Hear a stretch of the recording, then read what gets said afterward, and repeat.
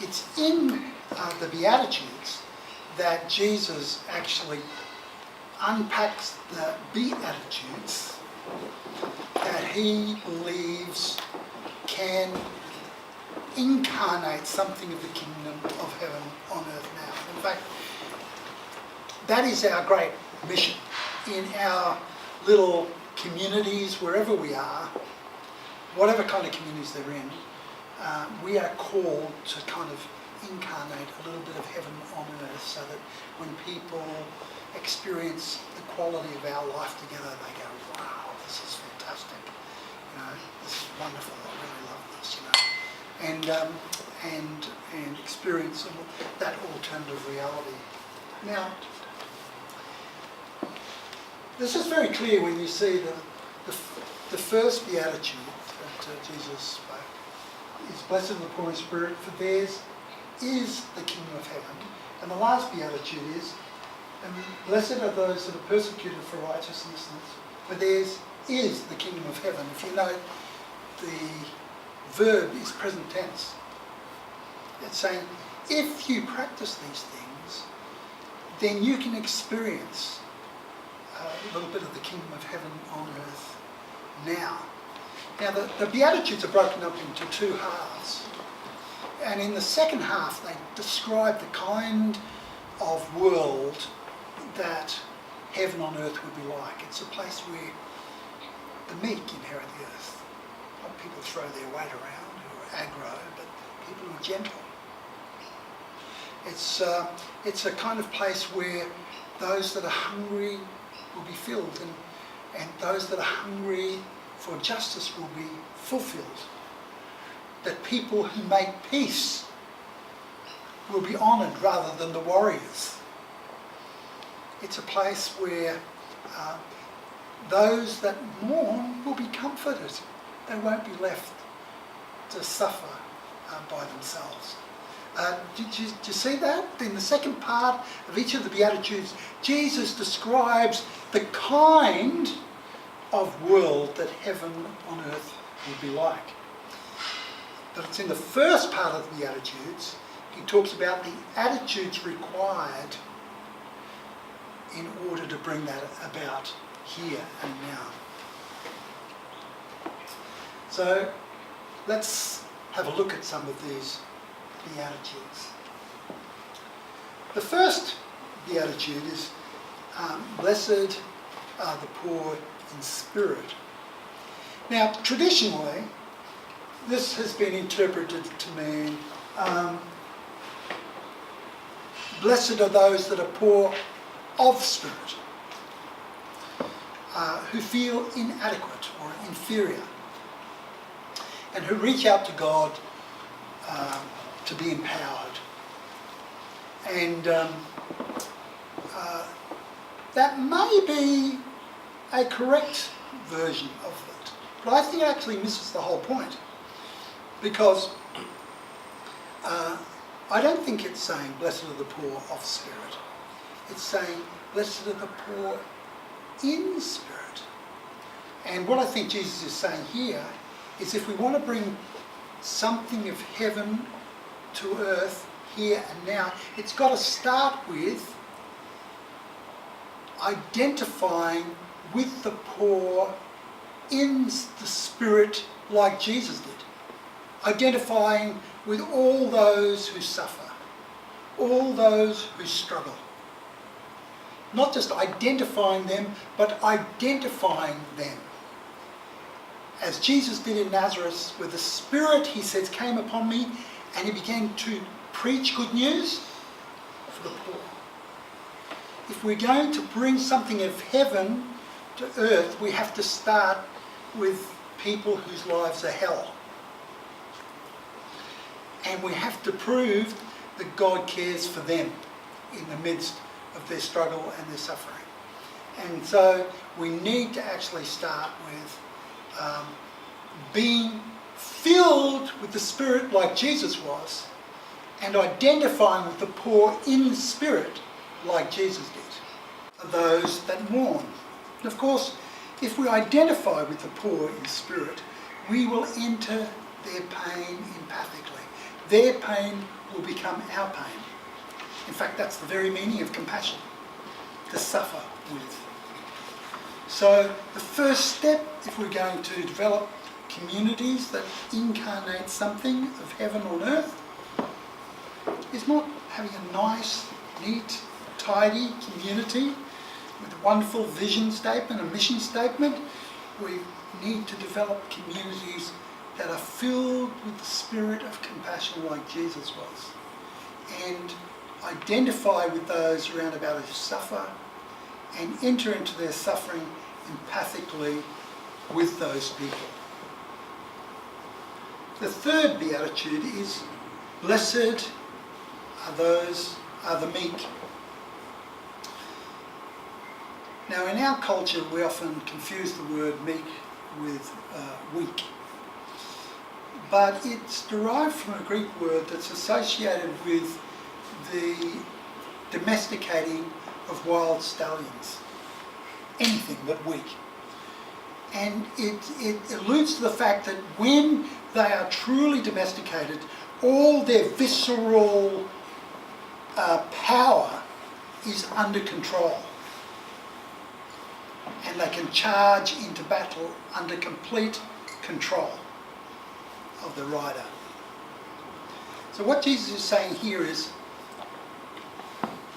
blessed are you when you identify with the poor in spirit, when you enter into their pain empathically, and you get angry about the causes of injustice that leave them in pain, but you never get aggressive because you always maintain the rage creatively and constructively. You practice restraint. Do you understand? So it's not about not getting angry, but it's about channeling the rage creatively and constructively. Right? The fourth beatitude is, blessed are those that hunger and thirst for righteousness. The contrast between what Jesus is saying here and our cultural obsession with a consumer society is really clear. Jesus is saying, in my communities, I want you to be really counterculture, not being sucked into the consumerist agendas of the society in which you live. I want your passion to be that you not only identify with the poor in spirit, you not only enter into empathy, into their pain, and suffer that with them, and get angry about the causes of injustice in their life that cause their suffering, but you channel that rage creatively and constructively, seeking for justice and being satisfied for nothing less. Then you'll never be bought off, right? No matter what the system offers you to stay silent. Pay raise, the good position, you won't stay silent. You're really committed to justice, and you will settle for nothing less than justice. Right? The fifth beatitude is really important, that following the fourth, because the fourth beatitude says, blessed are you when you are really committed about justice. Not just us, but justice. But in the process, you realise that justice begins with extending the same kind of mercy to others that you would wish for yourself. This is very important for any group that's concerned about justice, because some of the justice groups I've been associated with are merciless. Really aggro, really angry. Right? If you don't agree with them, they'll actually get stuck into you. Right? In the name of justice. They have no mercy. But the communities that Jesus is trying to bring about, that reflect something of the quality of heaven on earth, are communities that are really passionately committed to justice. They want to see people treated right. Right? They won't be satisfied with anything less. But they know the struggle has to be freighted with grace. It recognises that the bottom line is that we treat everyone with the same mercy that we would want ourselves, including those that oppose us. This is a distinctively Christ-like quality that he's bringing to this heart of this alternative community. The sixth characteristic of a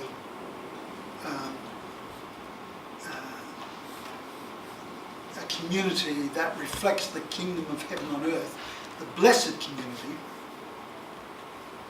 is, Jesus says that it's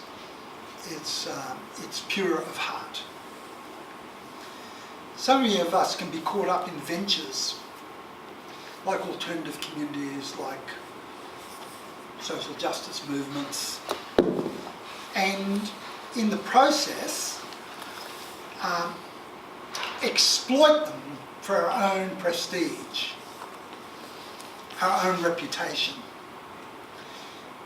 Whereas Jesus is saying, if you really want to be on about this kind of stuff sincerely, this is something you need to be committed to when there's no press, there's no radio, there's no television, no one's reporting on what you're doing. It's something that you're prepared to do anonymously. It's not for the credibility, it's for your integrity. You can do nowhere else. This is who you are. You want to be true to your best self, to that image of God within you. It's got to be sincere. Seventh Beatitude. Blessed are the peacemakers.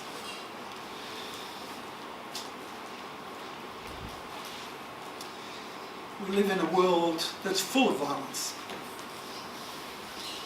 I do a lot of work with Muslims, as you know. A lot of people associate Muslims with violence. But the reality is it's in our own households that men are killing women once a week, isn't it, in Australia? That's the most common form of terrorism in this country that I think exists. And that's just the people that are killed. I mean, there's ongoing brutality, ongoing cruelty, where people beat and abuse each other.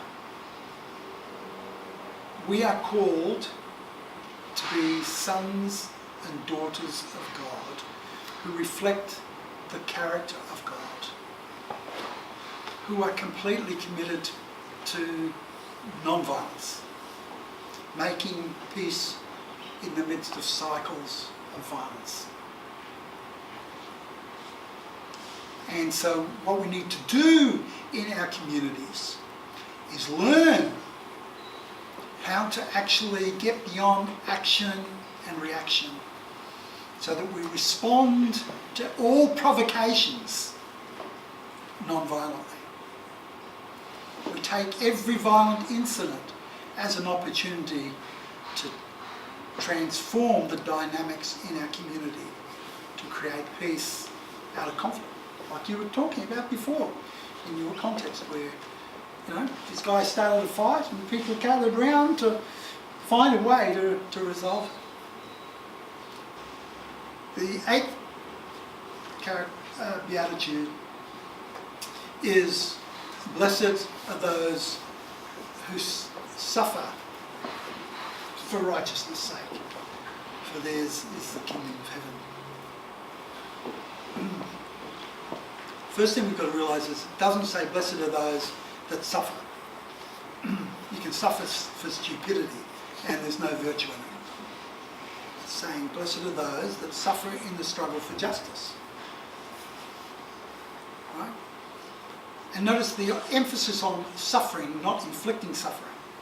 So in our quest for justice, we are seeking to work for justice in a violent world, committed to engaging that with non-violence, ever prepared to suffer, but never inflict suffering in return. That's the kind of communities we need to develop to embody a little bit of heaven on earth. And we need to develop all these communities all over the place to create these alternative subcultures that give reason for people to believe an alternative is possible.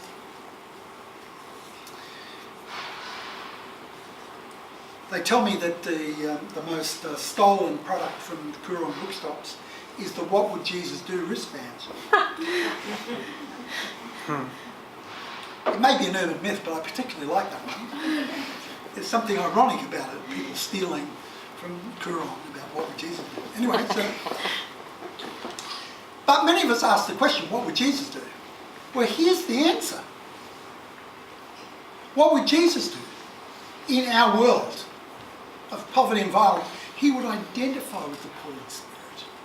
He would enter into their pain empathically. He would get angry about the things that cause this pain and suffering. He would channel a rage creatively. He would freight the struggle with grace. He would do it with integrity regardless of the consequences. He would always act non-violently regardless of the provocation. Being willing to suffer but never cause suffering in the process. It's a perfect portrait of Jesus. Now the interesting thing is, in the early days, the people that we now call Christians were not called Christians. What were they called? People of the way. Because they followed the way of Jesus. What was the way of Jesus? This is the way of Jesus. I believe the time's come to practice the Beatitudes and for us to be the change. I mean, if the church can't just preach the change, it's got to be the change. Otherwise it's just not believable. I'd like to see 4 things. Number 1, that each week we would read the Beatitudes in church. Creeds are all very well, but there's no ethical content in the creeds. If you don't believe me, go back and read them. No ethical content. I think the devil could sign on the creeds. It would change nothing. Doesn't mean they're wrong, but they're inadequate by themselves. The whole ethos of Jesus is embodied in the Beatitudes. Huh? And we need to immerse ourselves in the ethos of Jesus. We don't have to chuck out the creeds, but we need to include the Beatitudes every week. We need to read them. We need to listen to them. Then I think we want all Christians to live the Beatitudes. My father was a Baptist pastor, and he used to often come to me and say, "Son, what do you think I should preach on next?" He used to teach homiletics, which is preaching, at the Baptist college. And he used to get very excited about it, a new idea, and then he'd go into his study and read the Hebrew and Greek and prepare for it. He always had very good 1-hour sermons for people who turned up gladly to receive the word.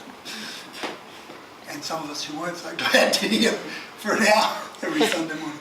But anyway, so one day my dad said to me, "So son, what do you think I should preach on next?" And I said, "Dad, you don't really want to know." "No," he said, "tell me." He said, "Tell me." I said, "Dad, you really don't want to know." He said, "No, please tell me." I said, "I want you to stop preaching altogether. Have a moratorium on preaching. I think people know enough. It's time to practice what you preach. The revolution is not in accumulating more and more knowledge." Huh? For example, if all you had were the Beatitudes, and you encourage people to practice the values in those Beatitudes, that would be enough to change the world. What if you got everybody to sign on to this? I'll identify with the poor in spirit. I'll grieve over injustice in the world. I'll get angry but never get aggressive. I'll seek to do justice even to my enemies. I'll extend compassion to all those in need. I will act with integrity, not for the publicity. I'll work for peace in the midst of violence, and I will suffer myself rather than inflict suffering. Wow! What if we began to nurture that kind of culture in our faith communities? It would be extraordinary. Really significant. A true counterculture. Isn't that countercultural? It's as countercultural as you can get. And it reflects the glory of the kingdom of heaven on earth in really tangible terms. The third thing we want people to do is to form B groups.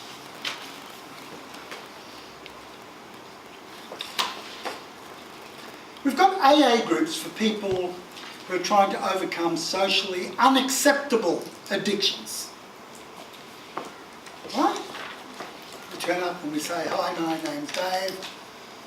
I'm addicted to alcohol or drugs or porn or whatever. All socially unacceptable addictions. And we find ourselves in a support group to help us overcome our addictions. Right? Good. Really important. But what about our socially acceptable addictions? I believe we should deconstruct church and reconstruct church as a recovery movement for people not only with socially unacceptable addictions, but socially acceptable addictions. Hi, my name's Dave. I'm addicted to power. I'm addicted to wealth. I'm addicted to violence. Right? All socially acceptable in our culture. And I need to overcome my addictions if I'm going to participate in generating communities that are genuinely an alternative to the dominant culture. And wouldn't it be great if you could meet together with a group of young people at a theological college, all live in the same space, and get together and actually look at your socially acceptable addictions in the light of the Beatitudes and say, how can we help each other overcome our addictions? How can we instead develop humility, empathy, self-restraint, righteousness, mercy, integrity, non-violence and perseverance? Wow. The fourth is to encourage all people to pray what I call the alternative serenity prayer. Like AA has their version of the serenity prayer that goes like,